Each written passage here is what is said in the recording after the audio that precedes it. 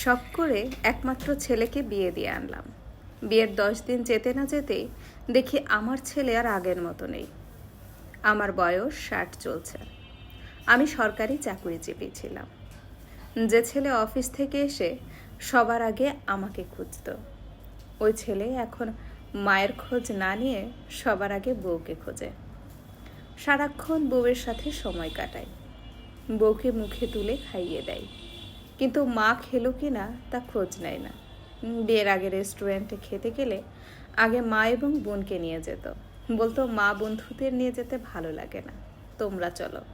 কিন্তু এখন আমার ছেলে, সে মা বাবা বোন নিয়ে যাওয়া তো দূরের কথা, বউকে বাইরে ঘুরতে নিয়ে গেলে মায়ের অনুমতিটাও নেয় না।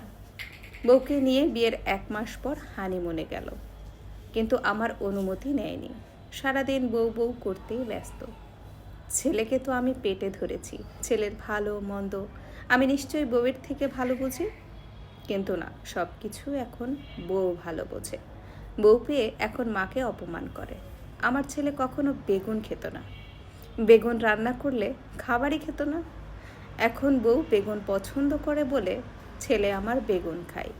একদিন বউ বেগুন ভাজি করেছে, আমি বললাম, বৌমা রাহাত তো বেগুন খায় না। বলে মা খাবে। আমি বললাম খাবে না, খায় না ও। ছেলে এসে তো বেগুন খেলোই, উল্টো কত প্রশংসা। ওই দিন অপমান করলো ছেলে আমাকে, বোঝালো মা কিছু জানেই না। বউ পাওয়ার পেয়ে গেল আরও। বিয়ের 4 মাসের মাথায় ছেলে আমাকে বলে, মা তুমি কি আমাদের সুখ দেখলে কষ্ট পাও? আমি বললাম, না তো, আমি কেন কষ্ট পাবো? মা সব সময় দেখি তুমি বউকে তুলনা করো। আমাদের জীবনে আমরা যা ইচ্ছে করি, তুমি সব কিছুতে আগের মতো কেন করো?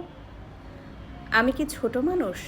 আমরা ঘুরতে গেলে তোমার অনুমতি নিতে হবে, আমি কি খাবো তা অনুমতি নিতে হবে, বউ কি রান্না করবে সেটাও কেন তোমার থেকে অনুমতি নিতে হবে? সংসার কি ওর না? এরপর ছেলে আমার বউ নিয়ে আলাদা হয়ে গেছে, আলাদা বাসা। আমি কি করেছি আপনারাই বলুন?